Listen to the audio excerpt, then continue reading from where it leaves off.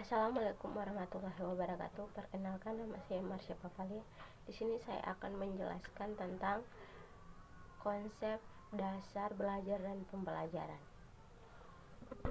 Konsep dasar belajar dan pembelajaran. Hakikat belajar dan pembelajaran. Hakikat belajar dan prinsip-prinsip belajar. Menurut Pitt Herringold Purwanto 2024, belajar adalah suatu perubahan di dalam kepedulian yang menyatakan diri sebagai suatu pola baru daripada reaksi yang berupa kecakapan, sikap, kebiasaan, kepandaian, atau suatu pengertian. Travers Supriyono 2092 mengatakan bahwa belajar adalah proses menghasilkan menyesuaikan tingkah laku. Demikian Higrat dan Bower Purwanto 2084 menjelaskan bahwa belajar berhubungan dengan perubahan tingkah laku seseorang terhadap suatu situasi tertentu yang disebabkan oleh pengalaman yang berulang-ulang dalam situasi itu. Perubahan tingkah laku tidak dapat dijelaskan atau dasar kecenderungan responan, pembawaan, kematangan, atau keadaan sesaat, misalnya kelelahan, pengaruh obat, dan sebagainya.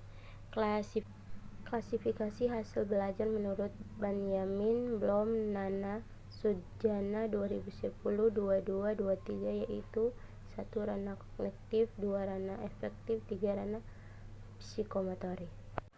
Sebagai suatu proses pengaturan kegiatan belajar mengajar tidak terlepas dari ciri-ciri tertentu. Menurut Edin Suardi, kegiatan belajar mengajar sebagai berikut. A. Belajar mengajar memiliki tujuan. B. Ada suatu produser jalannya interaksi yang. C. Kegiatan belajar mengajar ditandai dengan suatu penggarapan materi yang khusus. D. Ditandai dengan aktivitas anak didik sebagai konsekuensi. E. Dalam kegiatan belajar mengajar guru berperan sebagai pembimbing. F. Dalam belajar mengajar membutuhkan disiplin. G. Ada batas waktu. D. Evaluasi. Hakikat pembelajaran dan komponen sistem. Menurut Regulut 1999-1820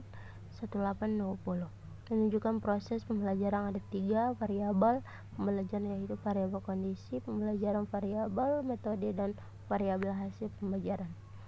Konteks dalam penulisan ini sebagaimana Dick Crawford 2001-18-9 menjelaskan, dalam sistem pembelajaran terdapat juga strategi pembelajaran yang terdiri dari 5 komponen, yaitu 1. Aktivitas pra pembelajaran meliputi pemberian motivasi, gambaran tujuan dan pembelajaran, dan menginformasikan keterampilan. B. Presentasi pembelajaran bagian dari inti meliputi tahapan pembelajaran materi dan contoh.